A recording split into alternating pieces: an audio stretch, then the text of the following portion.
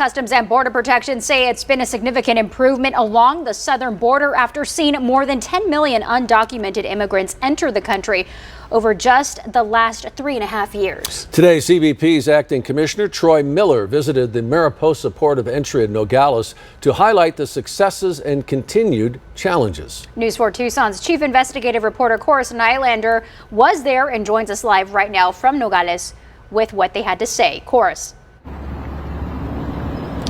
Well, Angelique, the Mariposa port of entry here behind me was the backdrop to today's media briefing because acting Commissioner Troy Miller says it frequently has been ground zero for the flow of fentanyl into our country, a battle that continues that he hopes his agents will be able to tackle more now that we've seen a significant drop in illegal entries into the country.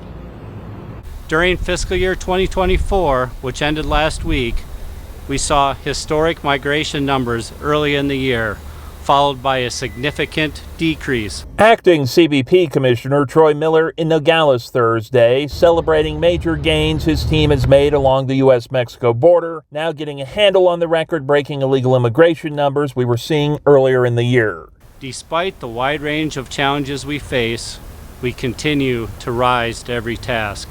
He credited increased enforcement out of a June presidential proclamation for the quick improvement along the border. Since the presidential proclamation and securing the border were issued in June, we have significantly increased the consequences for those who illegally cross into the United States.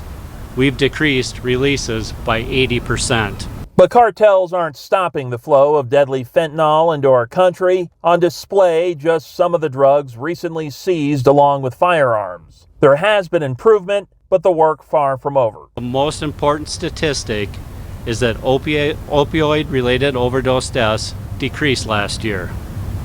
This is an important development, but our efforts continue.